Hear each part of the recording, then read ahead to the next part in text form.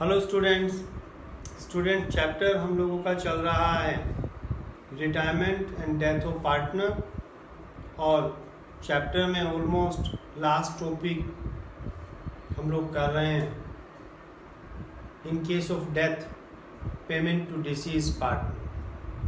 Student, death of partner में मैंने आपको बताया कि दो तरह के क्वेश्चंस हमसे पूछे जा सकते हैं। एक जिसमें केवल डिसीज पार्टनर्स अकाउंट बनाने के लिए कहा हो, और एक सेकंड प्रॉब्लम हम लोगों को मिल सकती है जिसमें सभी पार्टनर्स के कैपिटल अकाउंट बनाने के लिए आपको कहा जाए, साथ ही साथ balance sheet of remaining partners भी आपसे पूछी जाए। प्रीवियस वीडियो में हमने deceased partners capital account and deceased partners executors account बनाया। In this lecture, in this video, we are going to discuss preparation of capital account of all partners and balance sheet of new firm. Student, ये topic almost retirement की तरह से ही रहेगा। जैसे retirement of partners के cases में हमने सभी पार्टनर्स के कैपिटल अकाउंट बनाए, देन उसके बाद न्यू फर्म का बैलेंस शीट बनाया। ऑलमोस्ट उसी तरह के प्रॉब्लम्स एग्जाम्पल हम लोग डिस्कस कर रहे हैं। Let us see example. Balance sheet of P, Q and R who sharing profits in the ratio of 2:1:1 is as under on 31st March 2018। यहाँ पे ओल्ड प्रॉफिट शेयरिंग रेशियो आपको मिल गया 2:1:1। 3 partners, balance sheet given है। Balance sheet में आप देख पा रहे हैं creditors employees provident fund, short में लिखा हुआ है EPF, employees provident fund. It's a liabilities for the firm. ये रिजर्व्स नहीं है, लायबिलिटीज है, एम्प्लॉइज को पे करना होता है on their retirement. Then workman compensation reserves undistributed profits है। वर्कमैन कंपनसेशन रिजर्व्स की जगह पे एम्प्लॉइज कंपनसेशन रिजर्व्स भी हो सकता है। सेम मीनिंग, रिजर्व्स है, पार्टनर्स में डिस्ट्रीब्यूट करेंगे। कंटिजेंसी रिजर्व्स रिजर्व्स हैं, पार्टनर्स में डिस्ट्रीब्यूट होंगे amongst old partner, old ratio and capital balances. In asset side normal assets given है, कोई भी ऐसा आइटम नहीं जो कैपिटल अकाउंट को अफेक्ट करेगा। देन हार्ट डाइड ऑन 1 जुलाई 2018। कब डेथ हो रही है? On 1 July. अकाउंट्स हम क्लोज कर रहे हैं 31 मार्च को, बैलेंस शीट बनाई 31 मार्च को। It mean after 3 months of preparation of balance sheet, partner expired and he had withdrawn ₹5,000 to the date of his death. Up to date of death he made drawings of ₹5,000 given है, and investments were sold at par and R's executor were paid off. Investments को cell किया गया और are को पे कर दिया गया, आर के एग्जीक्यूटर्स को पे किया। कुछ अदर इंफॉर्मेशन है। His share in goodwill is ₹11,850। R का गुडविल में कितना शेयर है? गिवन है 11,850।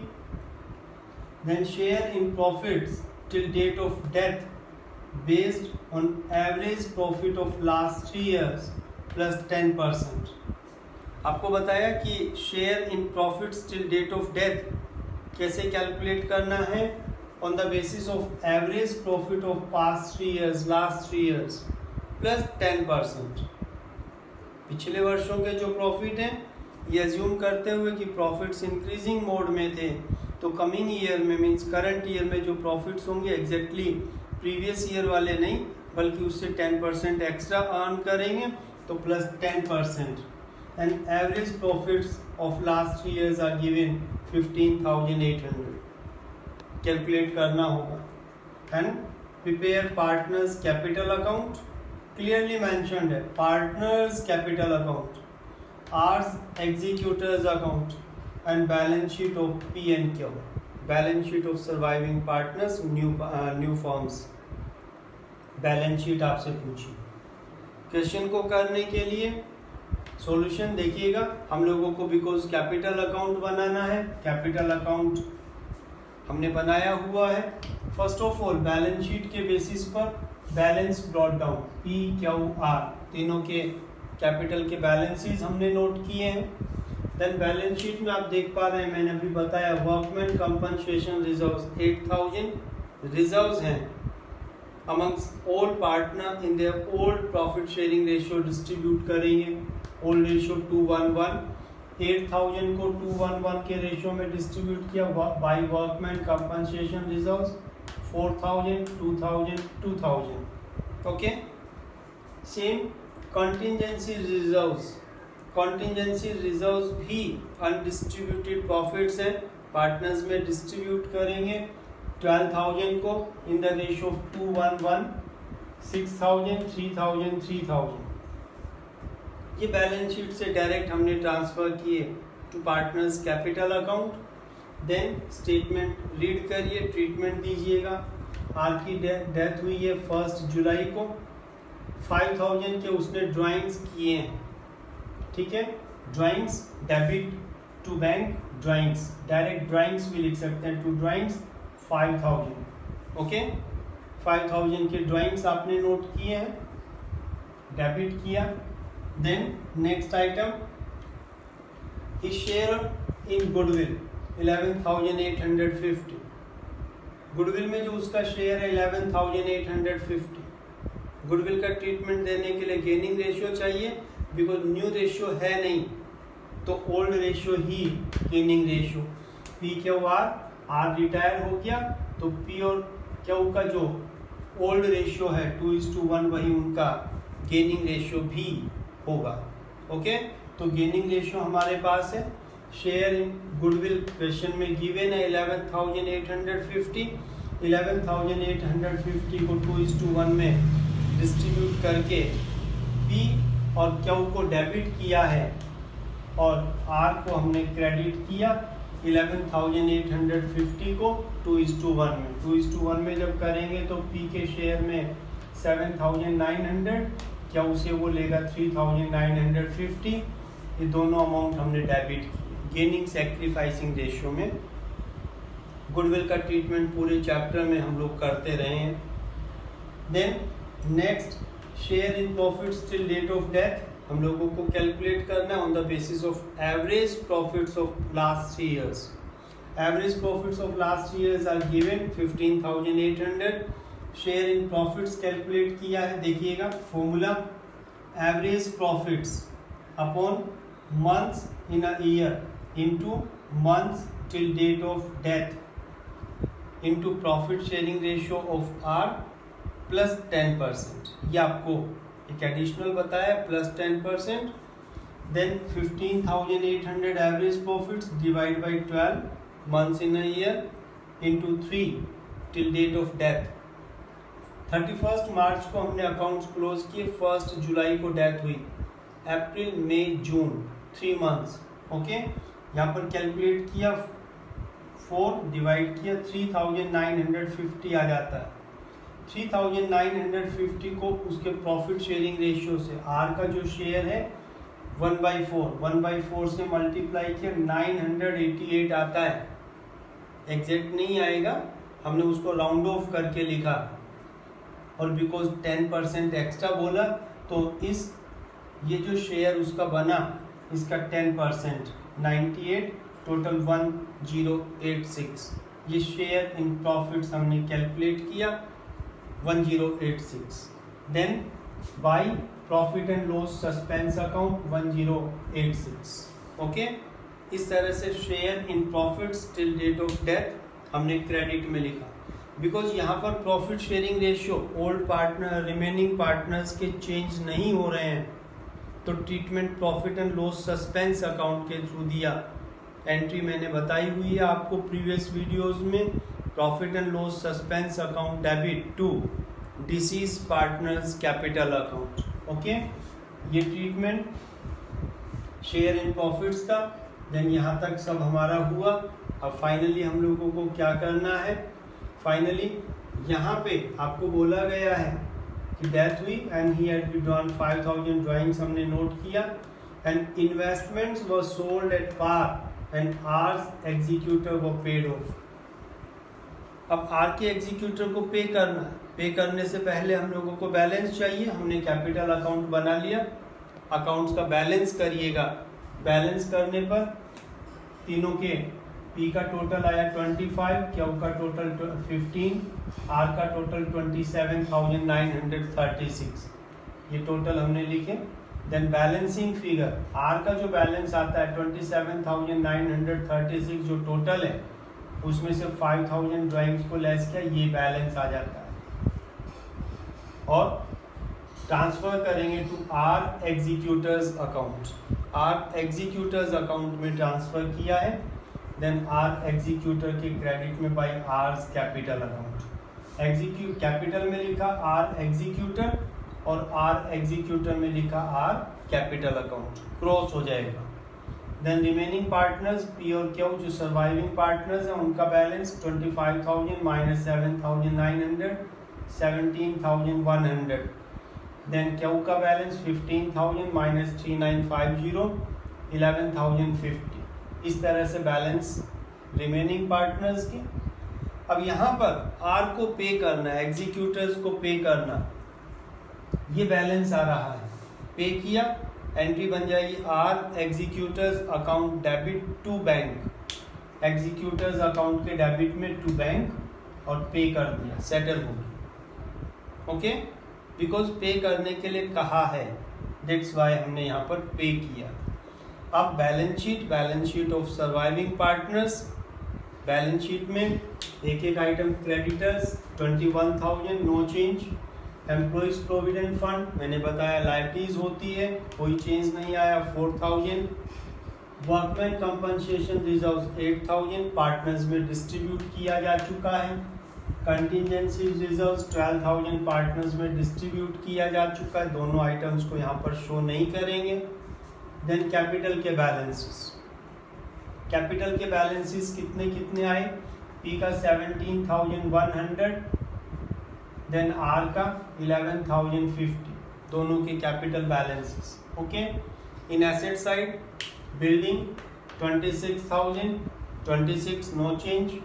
इन्वेस्टमेंट्स 15, बिकॉज इन्वेस्टमेंट्स को हमने सेल कर दिया है एट पार 15,000 में, तो अब इन्वेस्टमेंट्स को शो नहीं करेंगे। अगर इन्वेस्टमेंट्स को हम कम या ज़्यादा वैल्यू पर सेल करते तो ये रिवैल्यूएशन में जाता, डिफरेंस जितना भी कम या ज़्यादा होता वो रिवैल्यूएशन अकाउंट में जाता। बट यहाँ पर हमने एट पार सेल किया है तो वैल्यू यहाँ पर इन्वेस्टमेंट्स का शो नहीं करेंगे। Debtors 15,000 no change, B R 6,000 no change, stock 12,000 no change, ये सब। ओके, और कैश बैलेंस हम लोगों को कैलकुलेट करना होगा, अभी मैं बता रहा हूँ आपको। इस तरह से balance sheet, old balance sheet के बेसिस पर न्यू बैलेंस शीट में हमने आइटम्स को रिपोर्ट किया। अब यहाँ पर मैंने बताया प्रॉफिट्स, शेयर इन प्रॉफिट जो हमने दिया, एंट्री बनी profit and loss suspense account debit to R's capital account. तो profit and loss suspense account जो डेबिट किया, बिकॉज अभी इन मिड ऑफ ईयर हमने प्रॉफिट एंड लॉस अकाउंट तो बनाया नहीं है, बट हमने share in profits deceased partner को दिया है। तो एक इमेजिनरी अकाउंट हमने रेज किया profit and loss suspense account, और इसको हम बैलेंस शीट में शो करते रहेंगे इन एसेट साइड, बिकॉज इसका डेबिट बैलेंस है। अभी हमारे पास प्रॉफिट्स है नहीं, बट हमने प्रॉफिट का एप्रोप्रिएशन कर दिया, डिस्ट्रीब्यूट कर दिया, तो हमने एक imaginary account profit and loss suspense account raise किया और उसको एसेट साइड में शो कर रहे होंगे। तो यहाँ पर profit and loss suspense account. At end of year students, जब एट एंड ऑफ ईयर हम प्रॉफिट एंड लॉस अकाउंट बनाएंगे तो उस समय ये profit and loss suspense account का जो बैलेंस है प्रॉफिट एंड लॉस अकाउंट के डेबिट में ट्रांसफ़र कर देंगे, बिकॉज इतने प्रॉफिट्स हम ऑलरेडी अप्रोप्रिएट कर चुके हैं, डिस्ट्रीब्यूट कर चुके हैं। तो at end of year profits का बैलेंस इतने अमाउंट से शॉर्ट हो जाएगा। ओके, देन बैंक बैलेंस, यहाँ पे कैश बैलेंस जो था वो हमने अभी शो नहीं किया बिकॉज कैश बैलेंस चेंज हो रहा है। कैसे कैलकुलेट किया? 6000 हमारे पास कैश बैलेंस अवेलेबल था, हमने 15,000 में इन्वेस्टमेंट्स को सेल किया प्लस 21,000 कैश बैलेंस हो गया। But because 5,000 during the year partner ने ड्राइंग्स किए हैं, तो on the date of death cash का बैलेंस 5,000 से रिड्यूस कर 16,000 हो गया। तो on the date of death cash का बैलेंस 16, बट 16,000 हमारे पास बैलेंस था, पे हमने एग्जीक्यूटर को किया है 22,936। इट मीन यहाँ पर 6,936 हमारे पास कैश शॉर्ट पड़ता है। अब पे तो किया है बट कैश तो हमारे पास था ही नहीं, कैश शॉर्ट है। तो फिर वो कैश कहाँ से आया होगा? इट्स ऑब्वियस कि हमने बैंक ओवरड्राफ्ट रेज किया होगा, हमने बैंक लोन रेज किया होगा। तो ये जो बैलेंसिंग फिगर आई it should be considered as bank overdraft और बैंक लोन। दोनों ही केसेस में बैंक लोन का भी बैंक ओवरड्राफ्ट का भी क्रेडिट बैलेंस होता है, हम इसको लायबिलिटी साइड में शो करेंगे bank loan. Okay, then balance sheet का टोटल करिए, दोनों तरफ का टोटल 60,086। इस तरह से आपने देखा कि इसमें हमने सभी पार्टनर्स के कैपिटल अकाउंट बनाए, देन बैलेंस शीट बनाई ऑफ न्यू फॉर्म। ठीक है, तो ये एक कंप्लीट प्रॉब्लम लगभग ऑलमोस्ट रिटायरमेंट ऑफ पार्टनर्स की तरह से।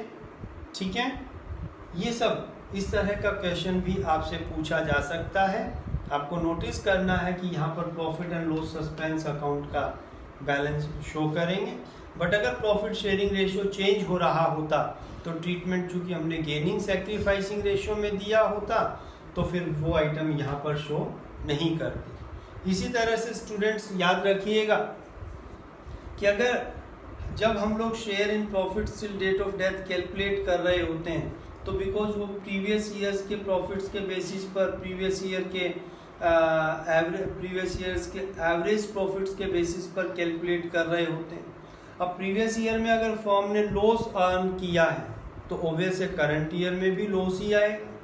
तो अगर लॉस आता है तो उस केस में हम यहाँ पर ये साइड चेंज हो जाएगी, बैलेंस शीट के एसेट साइड में रिकॉर्ड, बैलेंस शीट के लायबिलिटी साइड में रिकॉर्ड कर रहे होंगे और यहाँ पर कैपिटल अकाउंट के डेबिट में रिकॉर्ड करेंगे बिकॉज लॉस है। ओके, तो इस तरह की प्रॉब्लम्स आप क्वेश्चंस कर सकते हैं। Okay, got it, thank you.